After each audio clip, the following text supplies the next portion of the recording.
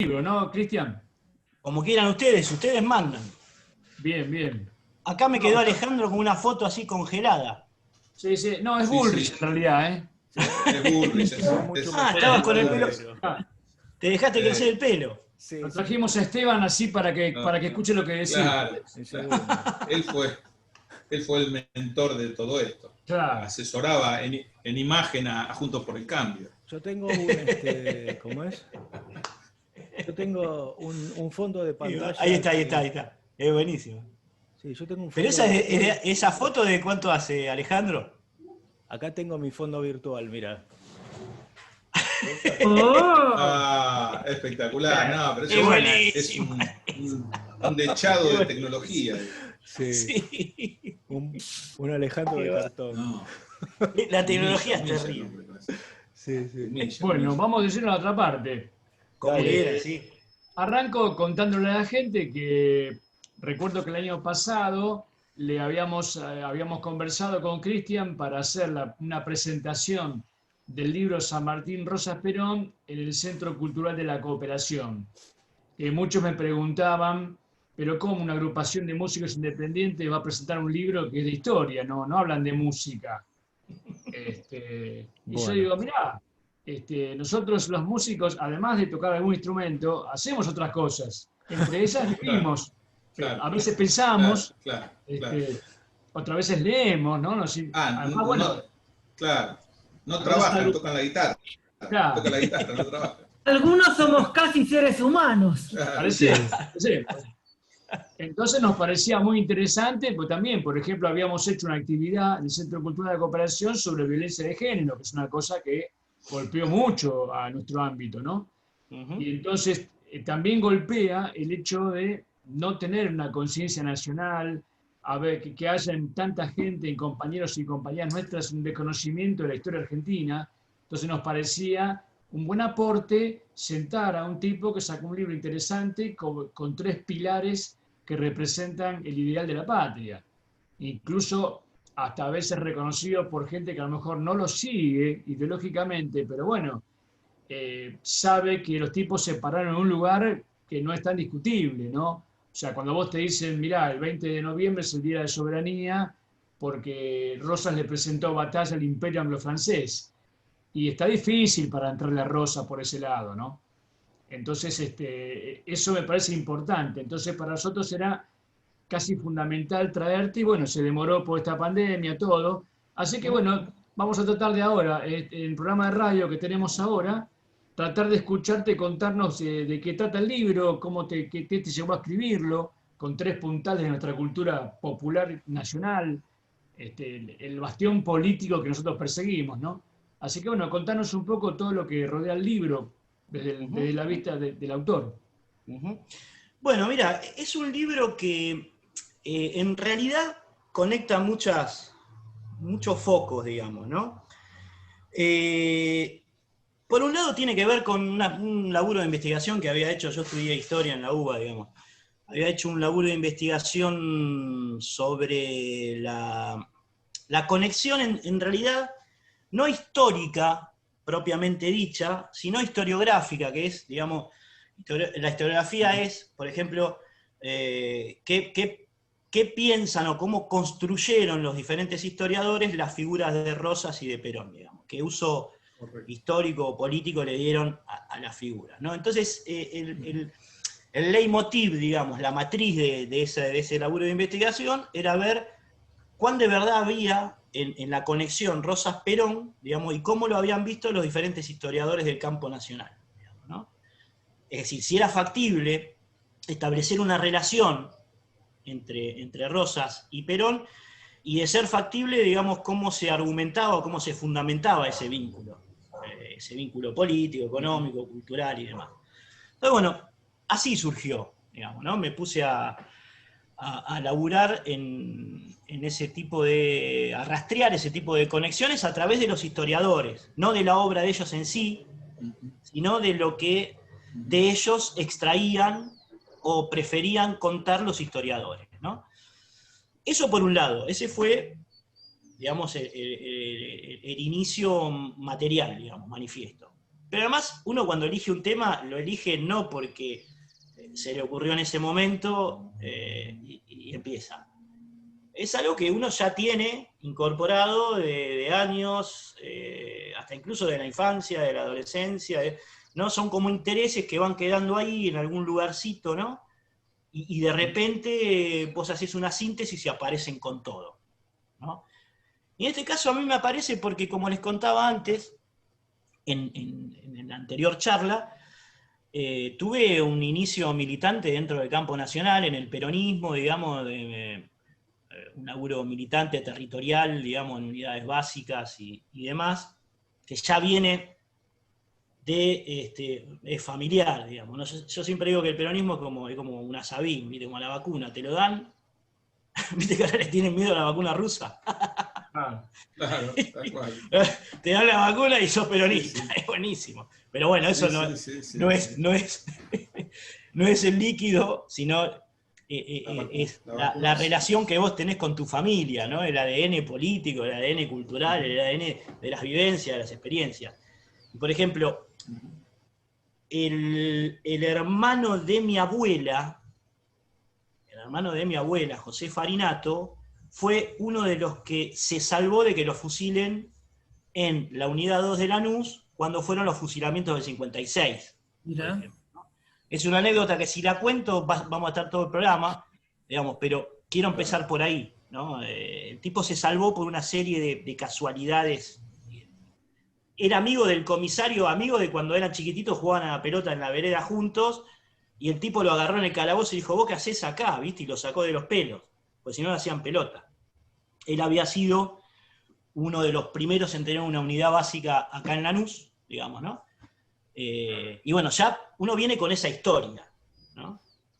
Mi viejo también profundamente peronista, y yo muy inquieto a ese nivel, y él me llevaba a la unidad básica a pegar carteles. Le hicimos una lamentable campaña a Menem, cuando no sabíamos qué carajo venía a hacer este tipo, ¿viste? Pero bueno, en ese momento, ¿viste? La sabía pegar carteles, marcha los bobos. Estábamos con Menem en 82. Todos hicimos eso. Sí. Por favor. Sí. Bueno, en ese contexto, digamos, había un cántico que no faltaba nunca, digamos, en las marchas, en las movilizaciones, que era Generales de cartón, generales son los nuestros, San Martín, Rosas, Perón, ¿no? Y a mí me resultaba como muy contrastante ese cántico, digamos, que entonaba la militancia con mucho fervor. Estamos hablando del 82-83. Me fui un poco más atrás. Sí. Y digo, salimos de una dictadura y los compañeros cantan por estos milicos, ¿viste? Yo era pendejo, imagínate el razonamiento de un pibe de 11, 12 años, ¿no? Tratando de vincular estas dos dimensiones. ¿Cómo es que, por un lado, salimos de una dictadura genocida, desaparecedora, entregadora y todo lo que fue la cívico-militar del 76, y los compañeros cantan por San Martín, Rosas, Perón, ¿no? ¿Quiénes fueron estos milicos? ¿Por qué los contrastan? ¿Por qué me cantás? Se va a acabar la dictadura militar y después me cantás San Martín, Rosas, Perón, ¿no? Eran como cositas que se me iban metiendo, digamos, y que me generaban como una curiosidad, ¿no? Entonces, bueno, ahí prácticamente yo podría decir que el libro nace ahí, ¿viste? Y después va evolucionando, va deviniendo, no me gusta la palabra evolución, va deviniendo en lo que después logré organizar, digamos, en un trabajo, en un libro, digamos, ¿no? En un trabajo histórico, historiográfico, que fue a lo que me dediqué más allá del periodismo.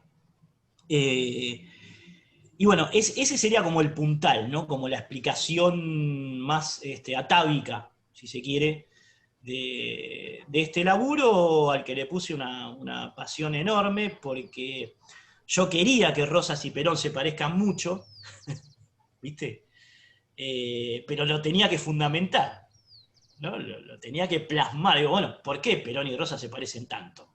¿Viste? ¿O por qué gran parte de la militancia, aunque no toda, pero gran parte de la militancia los conjuga de alguna manera y los interpreta como uno como el liberador junto a San Martín de la patria en el siglo XIX y el otro del XX, ¿no? Y bueno, ahí un poco es que ocurre, y cuando me pongo a investigar, bueno, sí, de hecho, logro corroborar que la figura de Rosas y la figura de Perón se parecen más de lo que se distancian. Si bien hay una serie de historiadores, incluso del campo nacional y popular, que no están de acuerdo con esa comparación, ¿no? Que dicen que bueno, que Rosas fue una cosa y Perón fue otra, que Rosas fue un estanciero y que de alguna manera estuvo ligado a los sectores de la pre-oligarquía y qué sé yo, que es un poco la visión que intenta construir la historia liberal o la historia, digamos, marxista, ¿no? De detectar a Rosas como un agente de la clase poderosa y qué sé yo, y hay toda una construcción, no quiero decir que Rosas haya sido eso, específicamente, o mejor dicho, fue eso y muchas cosas más, digamos, ¿no? Pero sí hay una corriente fuerte, entre las cuales se inscribía Rodolfo Puiggrós, en algún sentido, bueno, Abelardo Ramos se contradijo bastante, digamos, en un momento era rosista, en otro no, ¿no? Pero, por ejemplo, no sé, Atilio Baramuglia, todos aquellos sectores que fueron a formar parte del peronismo, que confluyeron en el peronismo, pero que venían de una tradición progresista de izquierda, ellos no les gusta mucho la comparación, digamos, ¿no? Y eso está en el libro.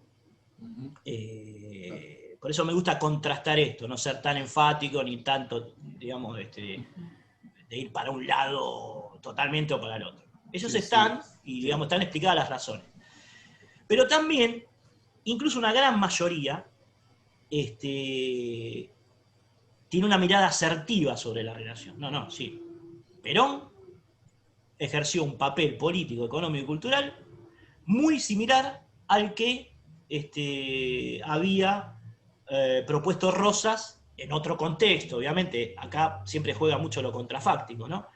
En otro contexto, en otra sociedad, en otro momento, pero, digamos, había como líneas de continuidad entre ambos. Y bueno, acá encontramos figuras muy preponderantes dentro del campo nacional y popular, y también de ciertas tradiciones de izquierda, como John William Cook. John William Cook, uno se pone a leer las fuentes, fue un ferviente rosista, pero ferviente, digamos, ¿no? En el sentido del Rosas defensor de la soberanía nacional y del Rosas defensor de la lucha contra el colonialismo inglés y francés, como decía recién Jorge. Él es uno. El otro es José María Rosa. El Pepe Rosa es el tipo que dice, miren, no, muchachos, Rosa no fue como los otros estancieros, hacendados que conocimos en Argentina, no fue como la oligarquía. Rosas había establecido una alianza impresionante con los indios, con los negros, con los gauchos, hablaban el idioma de ellos, había escrito un libro bilingüe, Ranquel castellano, para entender lo que querían decir los habitantes de frontera, lo escribió él, hablando con los indios, con los ranqueles, con los pampas, digamos, que eran aliados de él en la expedición al sur de 1833-1834.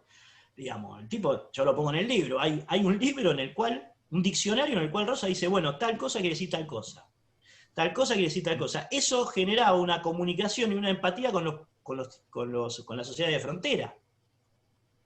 Bueno, todas esas cuestiones ligadas a la relación que tenía Rosas con las clases bajas, una relación profundamente cercana, las revela José María Rosas, en términos de la historia, la defiende políticamente John William Cook, la defiende políticamente Raúl Escalabrini Ortiz, también. Raúl Escalabrini Ortiz, cuando escribe Política Británica en el Río de la Plata, revaloriza el papel de Rosas en la defensa de la soberanía y de la economía de la Confederación Argentina. Es decir, hay todo un territorio para investigar que es importante, digamos, en el sentido de si es válida la comparación o no, si forman parte de una, primero vamos a decir de una díada, después cuando metemos a San Martín es una trilogía, pero por ahora estamos con Rosas Perón, que es la más dificultosa, si es válido o no. La conclusión a la que llego yo, la tesis, es que sí. Es que sí por un montón de razones fácticas, digamos, ¿no? Políticas y además de visiones historiográficas, de fundamentaciones historiográficas. Me parece, y esta ya forma parte de la interpretación del historiador, me parece que es mucho más contundente la fundamentación que da José María Rosa y John William Cook que la que dan Puiggrós cuando escribe Rosas el Pequeño, más allá de que Puiggrós es un tipo que yo respeto mucho, pero estoy hablando de este tema nada más, ¿no? O la que da Abelardo Ramos cuando dice que Rosas había sido un gran publicista, bueno, una serie de discusiones, digamos, ¿no? Histórico-políticas. Arribo a esa conclusión, digamos, ¿no? La cuestión, y me parece que acá está el nodo, la cuestión era, ¿sabés qué opinaba Perón de Rosas? Porque lo que estamos hablando es todo proviene de historiadores que tienen sus propias visiones sobre el papel de Rosas y sobre su posible comparación con Perón. Pero ¿y con Perón qué pasa? ¿Qué decía Perón? ¿Viste? Aquí, que estudiando sobre todo el libro de Galasso, la biografía que escribió Galasso sobre Perón, que es maravillosa, la mejor que leí, me pongo a leer ese mamotreto, digamos, ya lo había leído, pero me lo pongo a leer con más profundidad para ver dónde el tipo detectaba alguna opinión de Perón sobre Rosas, ¿no? Y aparecen dos. Aparece una cuando Perón se recibe como cadete en el colegio militar, digamos, donde en el marco de un nacionalismo medio complicado como fue el nacionalismo de los 30, hasta incluso un poco antes, él reivindica, como reivindicaban muchos sectores de la sociedad argentina, al Rosas de la disciplina, de la organización nacional, digamos, y de la fortaleza, digamos, ¿no? El que reprime el caos, el que reprime la anarquía, eso tiene mucho que ver con ese primer nacionalismo reivindicador, digamos, de cosas discutibles, ¿no? Pero bueno, Perón en ese momento tiene una mirada asertiva sobre Rosas. Durante su gobierno no habla nada, no dice nada de Rosas. Nada. Desde 1945 desde 1946, vamos a decir, desde 1943 hasta 1955 no hay registro de que Perón diga algo sobre Rosas. No hay. No hay. Obviamente la piola, ¿por qué? Porque ya en ese momento las corrientes historiográficas más fuertes habían demonizado a Rosas. Lo habían demonizado de una manera tremenda, ¿no? Toda la historiografía mitrista, liberal, hasta incluso algunas corrientes marxistas, no todas, algunas, lo habían demonizado, lo habían transformado como una especie de Calígula, ¿viste?, del Río de la Plata. Entonces era muy difícil en el marco de la construcción del poder político salir a defender a Rosas. Era muy difícil porque ibas a perder un montón de sectores políticos en el marco de la construcción de poder popular. Entonces, es una maniobra estratégica, muy inteligente de Perón. Él no dice nada, pero deja hacer.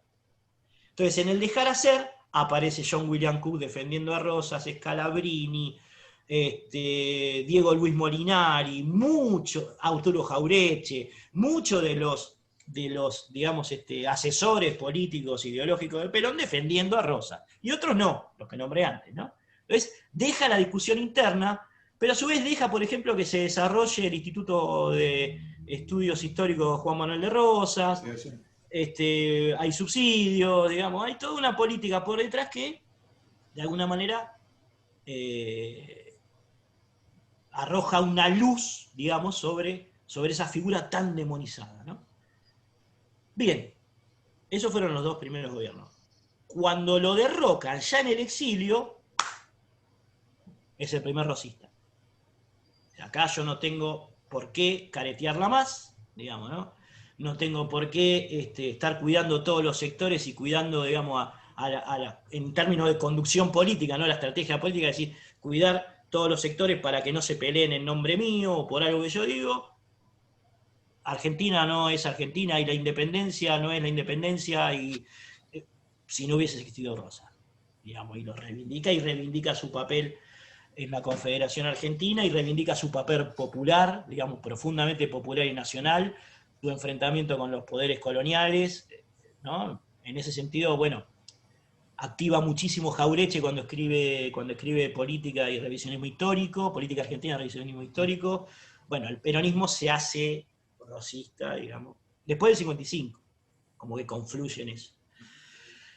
Entonces, bueno, esa es la fundamentación de por qué se puede, porque a ese cántico, digamos, a esa cosa tan pasional que tenemos nosotros y que nos encanta, después hay que dar un cauce de fundamentación para enfrentar las posiciones en contrario, digamos, ¿no? Entonces, bueno, ahí está la fundamentación, la argumentación en los documentos de por qué se puede establecer una línea histórico-política entre el rosismo, lo que significó Rosas para la nación, y lo que significó Perón para la nación. Esto se resuelve después en términos fácticos, fácil.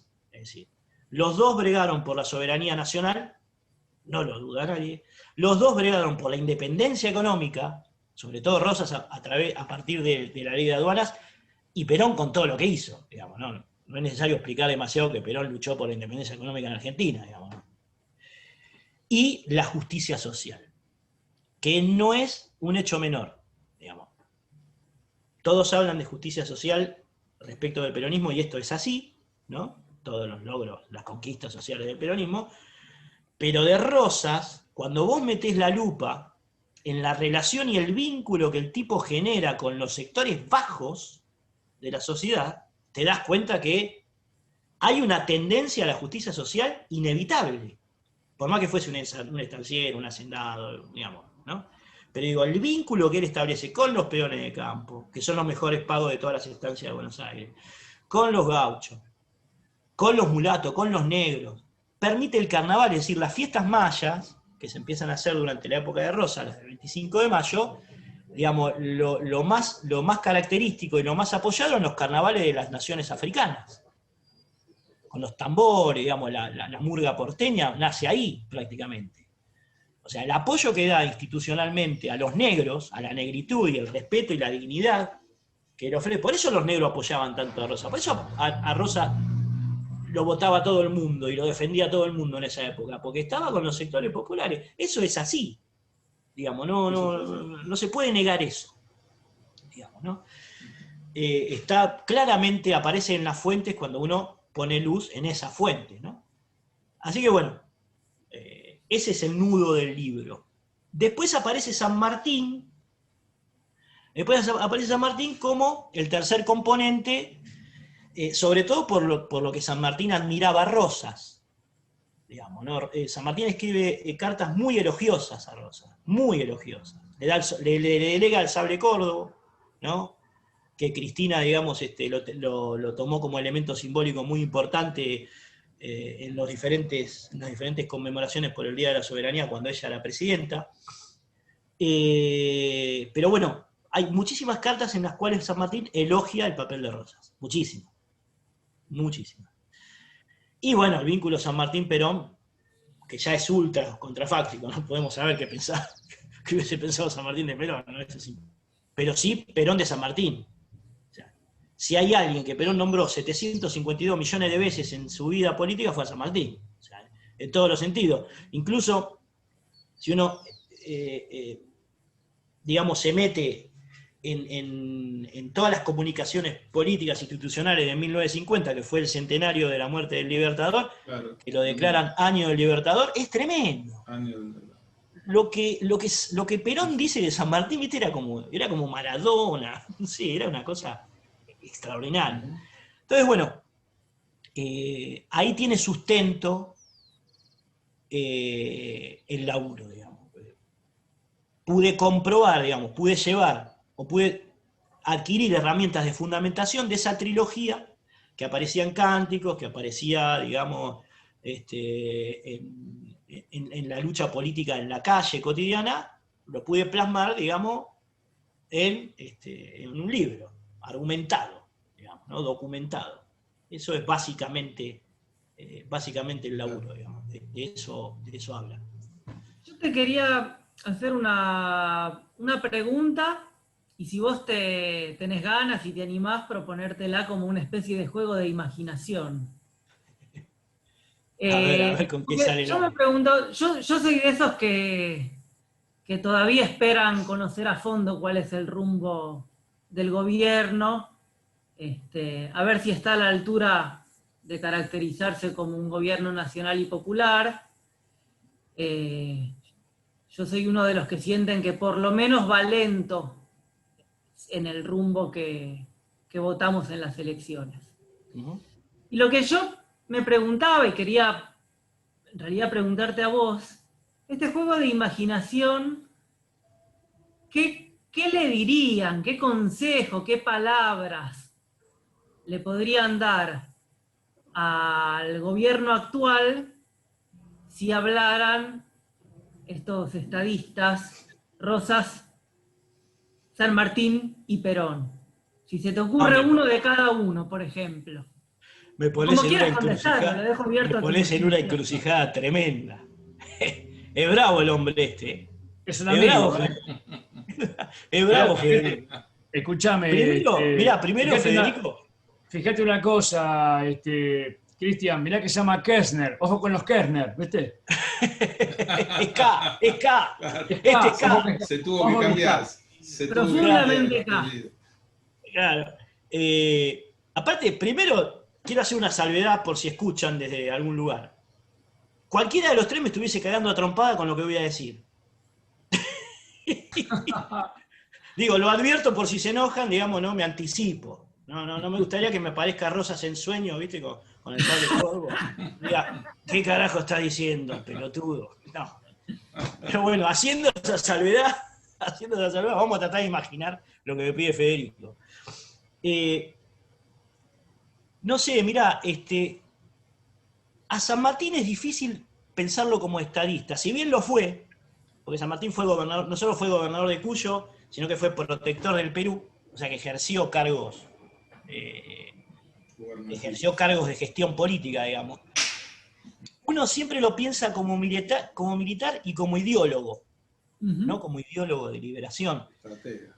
Por lo tanto, yo creo que San Martín, en vez de decirle algo a Alberto Fernández, no sé, tendría que sugerirle, mire, Alberto, yo estoy a disposición de la patria con mi ejército de la independencia. ¿Viste? ¿Qué sé yo? Alguno tendría miedito enfrentarse con un ejército que cruzó los Andes a mula, ¿viste? Y se tenían unos huevos así, y se enfrentaron, digamos, al ejército realista, que era totalmente poderoso.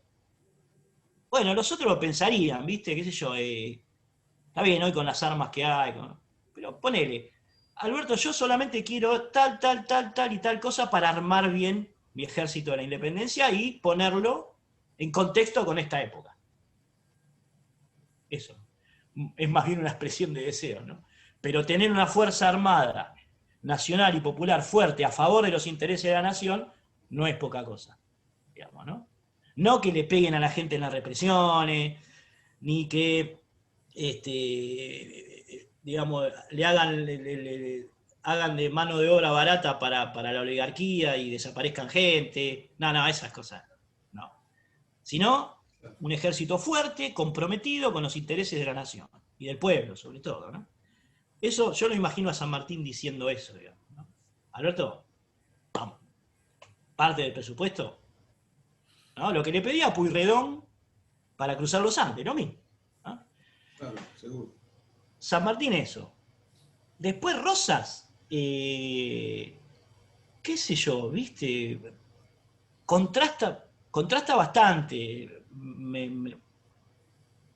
Se me hace medio complicado que la imaginación llegue a vincular un socialdemócrata que cuida tanto las formas, digamos, y que es tan democrático al borde de cierta liviandad, ¿no? Yo lo respeto, Alberto, lo eligió Cristina, todo bien, digamos, ¿no? Pero es un hombre que tiende al diálogo en el medio de la selva. O sea, este no es un país de diálogo como los países escandinavos, donde hay un pacto social, digamos, ¿no? Y bueno, se pueden pelear por boludeces, pero la defensa de la nación está ante todo. Este es un país en donde siempre está en juego la nación, digamos. Y la gente, siempre. No es que vos tenés un pacto social y discutís de ahí para abajo. No es así, digamos. Acá el diálogo es muy complicado. O sea, la unidad nacional no la pudo lograr Perón, digamos, ¿no? Entonces, yo creo que Rosas en ese sentido sería como más heavy metal, ¿viste? Si loco, metés los tapones de punta, el enemigo no te da un minuto, no te da un aire, y vos tenés que hacer lo mismo. Sería como más un 5 a lo Pasucci, ¿viste? Una cosa más de confrontación y más de sin miramientos, ¿no? Horacio no es tu amigo, digamos, por ejemplo. Exacto, Rosa sería durísimo, digamos, si me permitís esa imaginación, Federico. Lo correría mucho por ese lado, digamos. Lo correría mucho por el lado de al enemigo lo mismo que el enemigo te da, digamos, ¿no? La ley del talión, digamos, ¿no? Porque en definitiva esa es la esencia de la sociedad popular restauradora, de la Mazorca. La Mazorca nace, que la crea Encarnación, la Mazorca nace como grupo de choque contra toda la violencia ejercida por unitarios y liberales, digamos, que eran tremendamente violentos, ¿no? La Mazorca nace como una contestación violenta a esa violencia. El siglo XIX es así, digamos, ¿no? Y yo creo que en ese punto me parece que lo correría por ese lado, ¿no? Por el lado de un enfrentamiento mucho más fuerte y mucho más binario, ¿no? Y Perón, la verdad que no sé, Perón en este sentido creo que no sería tan heavy y tan fuerte en su posición. Me parece que tendería más a la moderación, tendería más a ver, a ubicar bien la estrategia en el momento justo, a ubicar bien el tiempo de decir las cosas. Era mucho más político, era mucho más estratega, tal vez un poco menos sanguíneo, digamos, ¿no? Entonces a mí me parece que tendría mejor diálogo Alberto con Perón, en ese sentido de decir, bueno, en este momento podemos decir tal cosa, mañana no lo diga porque tal cosa, fíjate que la semana que viene, si podemos lo decimos, si no, no, a este lo podés meter en cana, pero no ahora, ¿entendés? O sea, sería como un juego de ajedrez, que me parece que estaría un poco más cerca de lo que, de cómo se maneja Alberto, ¿no? En esas formas. Aunque por dentro, no sé, eso Perón lo diría para afuera ahora. Pero me resulta como... Claro. Es lo primero que se me ocurre, Federico. Digamos. Me parece que esa sería la relación. Qué sé yo. Vete un poco jugando, es un poco lúdico. Sí, por supuesto. Estar diciendo boludeces tranquilamente. A mí me parece bárbaro tu idea de publicar un libro sobre un gran personaje para mí de Argentina, notable desde las sombras, ¿no? Yo que he leído, tengo acá a mi izquierda los 8 libros de Pepe Rosa sobre historia argentina, y acá a 50 centímetros. Un genio. He leído bastante tema, entonces... Yo lo tengo acá. Claro, un genio, el Pepe un genio. Fenómeno. Y entonces cuando vos me enteré que ibas a sacar un libro sobre doña Encarnación Ezcurra, me pareció bárbaro, pero yo siempre la rebauticé como la primera Evita. Lo que pasa es que ninguneada por la historia oficial, además por ser mujer, ¿no? Entonces me pareció notable que se te ocurra la idea de escribir sobre ella. Me gustaría que nos cuentes un poco a qué te referís en el libro, cómo encarás, que es muy nuevito, hace unos días que está en la calle. Sí, acá lo tengo por acá, mira. Ya se los voy a hacer llegar, ya están anotados en la lista. Sos humano. Esta es la tapa, ¿ves? Encarnación Ezcurra. Este es un retrato que hizo de ella Pridirano Pueyrredón, que era, viste que hubo 2 Pueyrredón, el Pueyrredón que traicionó a San Martín y el otro que era pintor, digamos. Pueyrredón que era amigo de Encarnación, mejor dicho, no era amigo era amigo de Manuelita, era un poco más chico, de Manuelita, de Camila.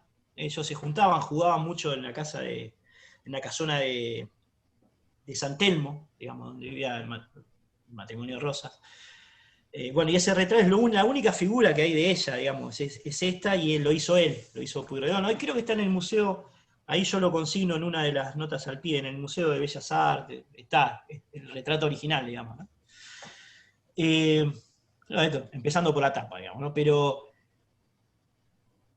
Encarnación, claro, cuando lo discutimos con Hernán Brienza, pues en realidad este es un ofrecimiento que me hace Marea a través de Hernán Brienza. Hernán es el que dirige la colección Caudillos de la editorial Marea, ¿no? Entonces hacen libros digamos, de revisión sobre los diferentes caudillos argentinos. Una vez lo fui a entrevistar por la página por un libro que había sacado él, que se llamaba La Argentina Imaginada, y después nos quedamos charlando, ¿viste? Es un capo, Hernán, ¿viste? Nos quedamos charlando ahí, tomando un café, qué sé yo. Entonces me dice, che, ¿por qué no te escribís algo para la colección Caudillo? Digo, sí, totalmente. Sí, cómo no, me encantaría. Dice, bueno, elegiste algún caudillo. Y entonces yo le digo, ahí nomás le digo, pero ¿por qué no hacemos una caudilla? Ah, está bien, claro, porque la época en esta época, digamos, de lucha de género y demás, estaría bueno reivindicar una caudilla. Le digo, sí, podríamos hacer a Manuelita, que es la hija de Rosa, ¿no? Y de Encarnación. Dice, no, Encarnación hace. Él me lo sugirió. Bueno, dale, sí, yo estoy en línea, digamos, ¿no? Pero yo pensaba, me va a costar conseguir material sobre Encarnación para el libro. Porque de Manuelita hay mucho, ¿no? Perdón. Se está por cortar. Entremos de nuevo porque queda menos de un minuto y se corta, entremos de nuevo y seguimos con esta respuesta, ¿eh? Sí, dale. Así no te parte por la mitad. Muy bien. Dale, listo. Muy bien. Sí. ¿Entran ustedes de nuevo? ¿Aprieto de nuevo? Sí, entramos todos de nuevo.